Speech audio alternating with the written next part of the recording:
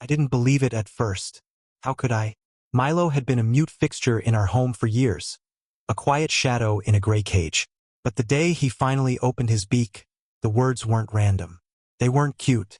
They were a knife wrapped in feathers, and I didn't even feel the wound until days later. If I had listened the first time, maybe I could have stopped what came next. It was the middle of the week, and I was home 2 hours earlier than usual. My shift at the warehouse had been cut short thanks to a delivery mix-up, so I figured I'd surprise Sophie. When I pulled into the driveway, she wasn't in the house. She was outside, pushing our daughter's stroller down the block. I could see the back of her head, the bob of her ponytail, the stroller's canopy hiding little Clara from the sun. Inside, the place was quiet. No cartoons, no laundry machine buzzing.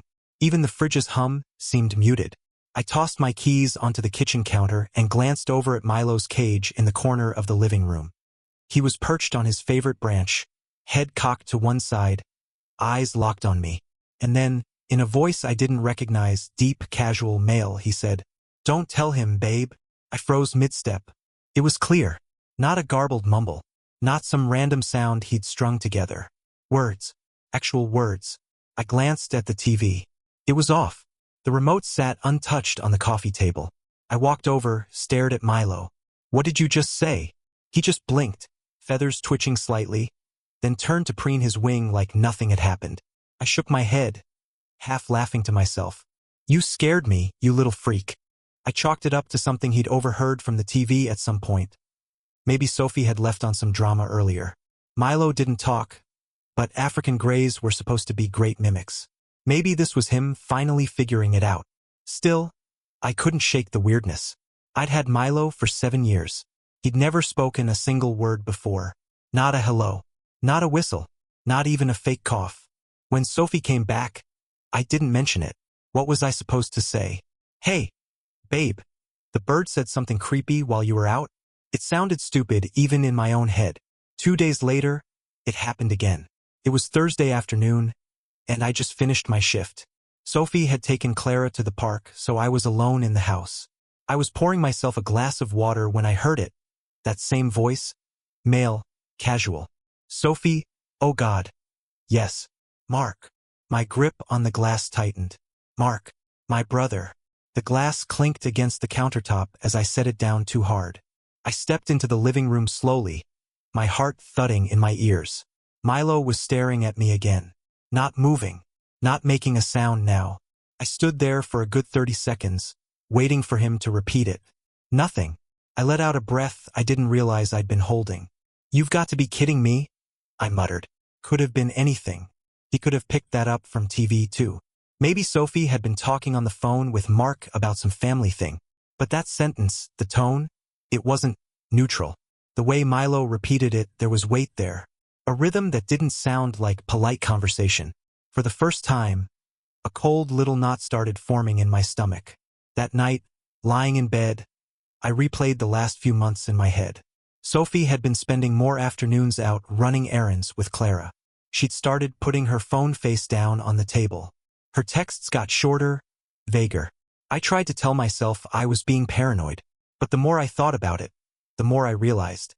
I had no idea where she really went on half those errand days. And Milo didn't talk when she was around. Only when she was gone. Like he knew. Like he was saving it for me. The next day, I started paying attention. I made mental notes of her schedule. When she left, where she said she was going. I started noting how long she was out and whether she took the stroller every time. And every time I came home to find her gone, I'd glance at Milo. For hours, he'd just sit there, silent. Then, randomly, he'd let out a word. A phrase. Little fragments that didn't fit together. But every now and then, I'd catch that same man's voice, that same tone. The words weren't enough to accuse anyone. But they were enough to keep me awake at night, staring at the ceiling, wondering just how much my parrot had heard. That Saturday morning, Sophie said she was going grocery shopping. I kissed her goodbye, watched her pull out of the driveway, then sat in the living room pretending to scroll through my phone. Milo shifted on his perch, ruffled his feathers. Then, in that same man's voice, he said, "Don't stop, not yet." I dropped my phone. It wasn't a TV line. It wasn't casual. It was something you say in a moment you're not supposed to be seen. That was the moment I knew, whatever this was, it wasn't a misunderstanding. And for the first time, I started thinking about how I could prove it. For the next week, I lived two lives. On the surface, I was the same husband I'd been before Milo spoke. Smiling, asking Sophie about her day, kissing her goodnight. Underneath, I was watching, listening, and cataloging every shift in her routine. It was exhausting, pretending I didn't notice how often she was out with Clara. How she'd leave for groceries and come back without a single bag. How her phone, once casually left on the kitchen counter, was now glued to her hand or tucked face down under a napkin at the table. Milo, meanwhile, had gone silent again. Not a word. But every time I passed his cage, he'd fix those amber eyes on me, head cocked slightly, like he was keeping a secret he didn't quite know how to tell twice. I decided I couldn't wait for him to repeat himself. One afternoon, I left work early and drove to an electronics store on the other side of town. I walked out with two small Wi-Fi cameras, the kind you could hide in plain sight. That night, after Sophie fell asleep, I set them up. The first went in the living room, disguised as a USB charger plugged into the wall near Milo's cage. The second I mounted high in the hallway, angled so it caught the bedroom door and most of the frame inside. Both were linked to my phone. Any movement, I'd get an alert. I lay awake for hours after setting them up, the faint red recording lights etched into my mind. The first 2 days were uneventful. I'd check my phone on breaks, swiping through clips of Sophie feeding Clara, folding laundry, and scrolling on her phone on the couch. Nothing out of place. By the end of day 2, I started to wonder if I'd let paranoia take me too far. But on the third day, the alert came in. 2:14 p.m. Movement in the living room. I opened the feed. The picture sharpened, and there she was. Sophie sitting on the couch, leaning back against the cushions. And next to her, Mark, my brother. He was sitting close, too close. His arms stretched across the back of the couch, fingers brushing her shoulder in a way no brother-in-law should touch someone's wife. She turned toward him, smiling in a way I hadn't seen directed at me in months. Then she leaned in, just enough for his hand to drop to her thigh. It wasn't a kiss. Not yet. But it was more than enough. I sat there in the break room at work, my phone burning hot in my hand. My jaw locked so hard it hurt. On the edge of the frame, Milo shifted on his perch, tilting his head toward them. Silent now, but I could almost hear the voice he'd mimicked for me days earlier. The same tone. The same easy, practiced rhythm of a man comfortable in a place he should never be. It hit me then. Milo wasn't just talking randomly. He was repeating, memorizing moments and replaying them when Sophie wasn't around. Those phrases weren't accidents. They were echoes of what had been happening in my home while I was gone. I downloaded the footage immediately, saving it to an encrypted drive I kept for work files. Then I backed it up to the cloud. Then again, to a flash drive I slipped into the lining of my jacket pocket. By the time I got home that evening, Sophie was back to playing the perfect wife. She asked if I could hold Clara while she made dinner, and kissed me lightly on the cheek. I smiled, told her about my busy day, and didn't let a hint of what I'd seen slip into my voice. Inside, though, something in me had gone still. Milo had spoken the truth once. Now I have it on video. And for the first time, I realized I wasn't just going to get answers. I was going to get proof she couldn't talk her way out of. That night, I couldn't sleep. Every time I closed my eyes, I saw the image from the camera. Sophie leaning toward Mark, his hand on her thigh, Milo watching like some grim little witness. Around midnight, I gave up on sleep entirely and stepped out onto the balcony. The cold air bit at my skin, but it cleared my head enough to make one call. Ryan picked up on the second ring. "What's going on? You sound like you're choking," he said. I told him everything. Milo's sudden vocabulary. The names, the cameras, the footage. My voice shook the entire time, but I forced myself to get the words out. There was a long pause on the other end. Then Ryan said, calm and deliberate, "You need to get a DNA test for Clara." The words hit me like a sucker punch. "Ryan, come on. That's my daughter." "Dan," he said, voice firm now. "If she's cheating with your brother, you need to know how far this goes. You can't just assume." I leaned against the railing, breathing through my teeth. "You really think?" "I don't know what I think," he cut in. "But if there's even a chance, you need proof. Real proof. Not just a bird and a video." The worst part was that I knew he was right. 2 mornings later, I had my chance. Sophie was upstairs getting ready, the shower running, while Clara sat in her high chair, gnawing on a piece of toast. I'd already ordered a kit online, the kind you can do discreetly with a quick swab and a prepaid return envelope. I made a silly face at Clara, coaxing her to giggle, then gently swabbed the inside of her cheek while she laughed. She didn't even notice. When Sophie came down a few minutes later, I was rinsing dishes, the swab hidden in my pocket. "You're quiet this morning," she said. "Just tired." I lied. She kissed the top of my head and went about her morning like nothing was wrong. That afternoon, I dropped the envelope in the blue mailbox at the end of the street. The waiting was the worst part. 2.5 weeks of pretending everything was fine, of smiling at Sophie while my stomach twisted into knots. 2.5 weeks of Milo staying eerily silent, like his part in this was done and the rest was up to me. Then the email came. I opened it in the bathroom at work, hands trembling so hard I almost dropped my phone. The words blurred for a second before I forced myself to focus. Probability of paternity, 0%. I sat there on the closed toilet lid, staring at the screen until my legs went numb. I didn't cry. I didn't even swear. It was like someone had cut the wires to my emotions. Everything, every memory, every photo, every late night rocking her back to sleep. All of it was suddenly on the other side of a glass wall. She wasn't mine. Not by blood. When I finally stood, my reflection in the mirror didn't look like me anymore. By the time I got home, shock had calcified into something colder. I wasn't going to explode, or scream, or kick in doors. That would only give them room to twist the story. I was going to build a case. The cameras stayed up. I checked the feeds every night, saving anything incriminating to a folder I kept on a password-protected drive. I organized it by date and time, pairing each clip with notes on where Sophie claimed she'd been. The DNA report went into the folder, too. I printed 2 copies, sealed them in envelopes, and tucked them into different hiding spots in the house.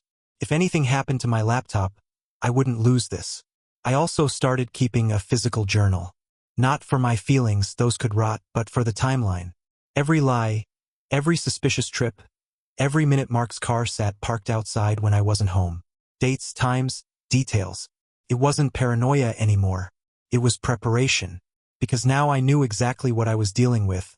Not just a cheating wife, not just a backstabbing brother. This was betrayal at the bone. And when I finally moved, I wasn't just going to confront them.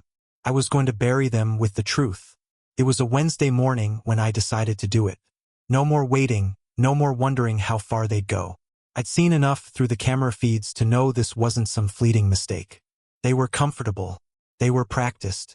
I left work at 9:15 a.m., telling my supervisor I'd forgotten an important file at home. It was a believable excuse. I'd done it before for actual reasons. This time, my heart was hammering the whole drive back.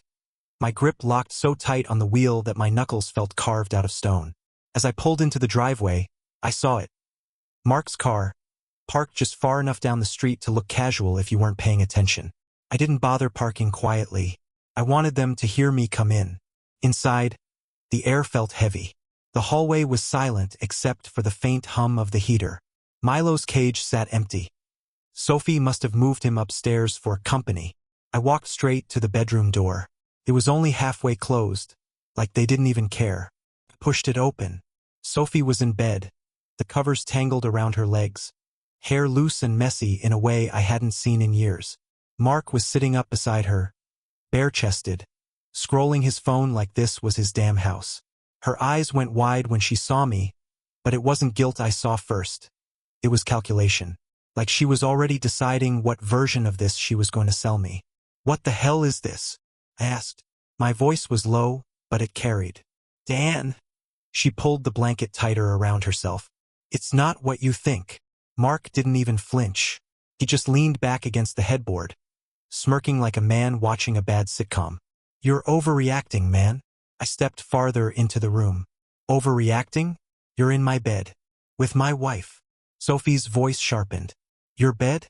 Funny, you're hardly ever in it. Always working late, always tired. Maybe if you paid more attention." "Oh, don't you dare turn this into my fault," I snapped. "Don't you dare." Mark sighed, finally setting his phone down. Look, we didn't plan for you to walk in. This is messy, yeah, but we were going to tell you. Eventually. I laughed. It wasn't a nice laugh. It was the kind that hurt my throat coming out. Going to tell me? When? On my birthday. At Christmas dinner. He shrugged. When it was the right time. I looked between them, both sitting there as if they were the wrong party. My mind flicked to Milo, to the footage, to the test results tucked away in my safe folder. I could blow this up right now, end it here in this room. But that would mean showing my hand too soon. So I walked out. No screaming. No dramatic threats. Just a quiet retreat, because I had somewhere else to be. I drove straight to my parents' house. Margaret answered the door, her expression lifting into a smile that faded the moment she saw my face. What's wrong? We need to talk, I said, brushing past her into the living room. Dad was in his recliner, reading the paper like it was still 1995. I caught Sophie and Mark, I said. No warm-up, no softening the blow. Together. In my bed. Dad set his paper down slowly. Margaret frowned. What do you mean, together? I mean, they're having an affair. I have proof. Margaret's frown deepened, but not in the way I expected. It wasn't shocking. It wasn't anger. It was irritation. Dan, are you sure you're not just misreading things?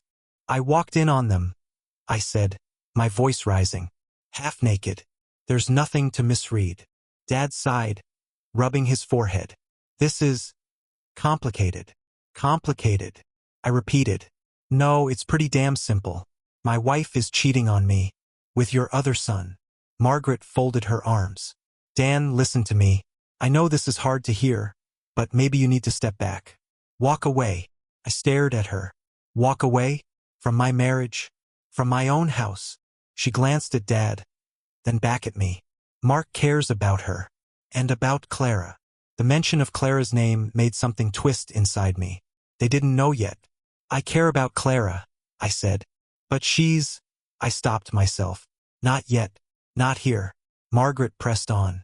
If you leave quietly, they can build a life together. You can still be part of Clara's. We just need you to help. At least until she's 4. Mark doesn't have steady work right now, and Sophie needs stability. I laughed, sharp and bitter. So you want me to fund their little happy ending? It's not about them, Margaret said. It's about family. Family? I stepped toward her. You're asking me to support my cheating wife and the brother who slept with her. And you think that's family? Sometimes, Dad said quietly. You have to take the high road. I looked between them, feeling something in me settle into place. Fine, I said. If that's what you think is best. Margaret's shoulders relaxed slightly. I'm glad you understand. It'll be easier this way. I nodded, smiled even. Sure, easier. They didn't notice the way my jaw tightened or how my hands curled into fists at my sides. They didn't see the file I was building in my head, the footage, the dates, the DNA test. They had no idea I was already planning to burn the entire illusion they were trying to preserve. When I got home, the house was quiet again. Sophie was in the kitchen, making dinner like nothing had happened that morning. She looked up when I walked in. Where'd you go? She asked. To see my parents, I said. Her eyes flickered, just for a second, but she kept her voice light. Oh? What for? Just to talk, I said, grabbing a bottle of water from the fridge. They think we should make things easier. For everyone. She tilted her head, trying to read me. And do you? I took a slow sip of water. Yeah, I do. That night, I checked the cameras again. More clips. More proof. I added them to the folder, my digital insurance policy growing heavier with every file. Let them think I was stepping aside. Let them think I was some quiet, beaten man ready to walk away. The truth was I was giving them rope, and soon they'd hang themselves with it. Filing for divorce was the easiest part. Signing the papers felt mechanical, like signing for a package I never ordered. I didn't tell Sophie. I didn't tell Mark. And I definitely didn't tell my parents. For 3 weeks, I kept up the act. I ate at the same table with Sophie, asked her about Clara's nap schedule, and even listened to her vent about grocery prices. All the while, I kept adding to my folder. Every clip from the cameras, every lie she told me about her day. The DNA report stayed sealed in its envelope, tucked between the footage backups and my written timeline. I didn't need them to see it yet. The reveal wasn't for them. It was for the judge. The court date came on a Monday morning. I wore the same navy suit I'd worn to job interviews years ago, the one Sophie once called my good luck suit. She was already inside when I arrived, sitting at the table with her lawyer.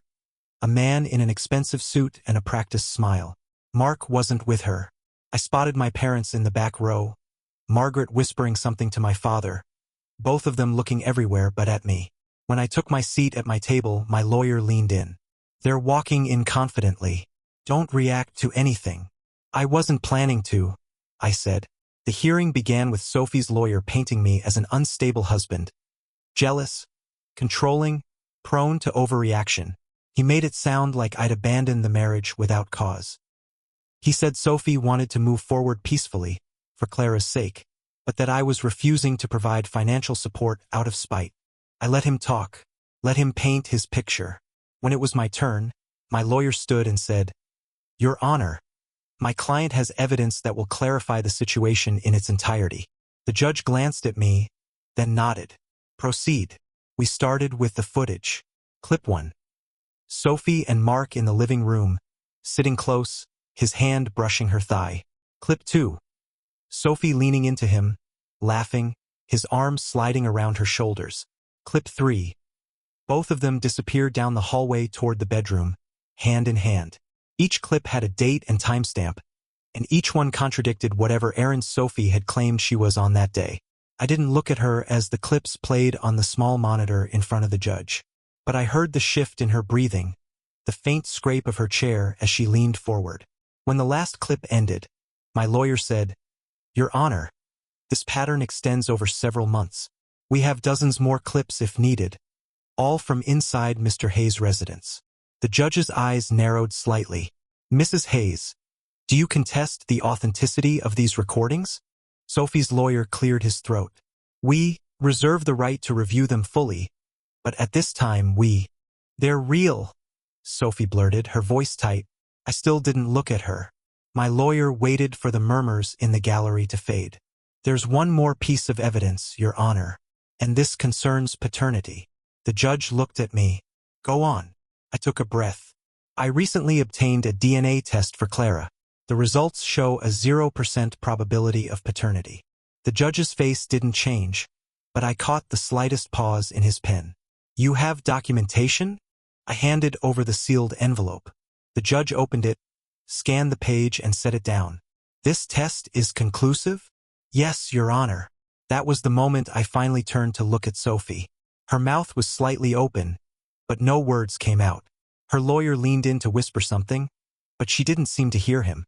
My parents were stone-faced in the back row. My father stared straight ahead. Margaret's eyes darted between me and the judge, like she was willing this moment to go differently. The ruling didn't take long. "Based on the evidence presented," the judge said, "Mr. Hayes has no legal obligation to provide financial support to Mrs. Hayes or to the child in question, as she is not his biological child. Furthermore, given the infidelity substantiated by video evidence, Mr. Hayes' petition for divorce is granted effective immediately." I felt something uncoil in my chest that had been wound tight for months. The judge's voice was even procedural. "Custody, visitation, and financial matters are hereby closed in regard to Mr. Hayes." That was it. In one paragraph, the cord tying me to Sophie, Mark, and the mess they built was cut clean through. Sophie didn't look at me when it was over. She just sat there, staring at the table, her knuckles white where her hands clenched together. Mark never showed up to take his share of the humiliation, but I hoped Sophie would give him every detail. As I walked out, I passed my parents. Margaret opened her mouth like she wanted to say something, but no sound came. My father kept his eyes on the floor. I didn't slow down. Outside, the air was cold and sharp, but it tasted cleaner than it had in months. My lawyer clapped me on the shoulder. "You handled that perfectly," he said. I nodded, but my eyes were already scanning for my car. I wanted distance, space, the final stretch of silence between me and all of them. When I slid into the driver's seat, my phone buzzed. A notification from the living room camera, motion detected. I tapped it out of habit. The feed came up, and there was Milo, perched in his cage, head tilted toward the lens. He didn't say a word. just watched me through the screen, as if he knew the war was over. The house felt different when I stepped inside. Not just quiet, hollow. No Sophie. No. Clara's toys were scattered on the floor. No scent of her perfume lingered in the hallway. Just walls, furniture, and the faint hum of the fridge. Milo was in his cage by the wall, head tilted like he'd been waiting for me. I walked over, unlatched the door, and let him climb onto my arm. He was light, almost weightless, the way his claws gently gripped my sleeve. I carried the cage to the window and set it down so he could see the yard.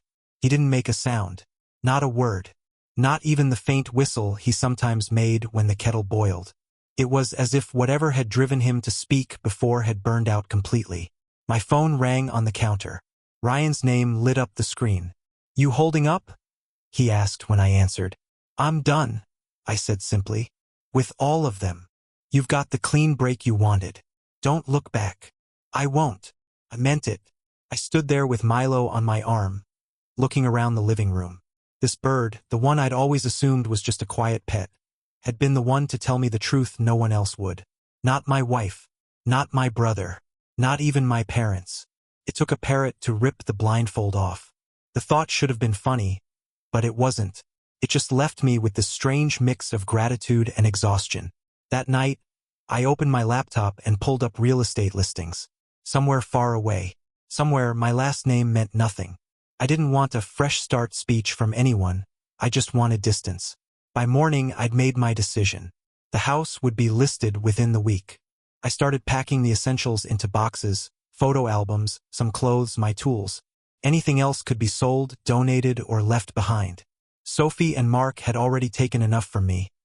They weren't getting a damn thing more. It was mid-afternoon when I was taping up the last box in the living room.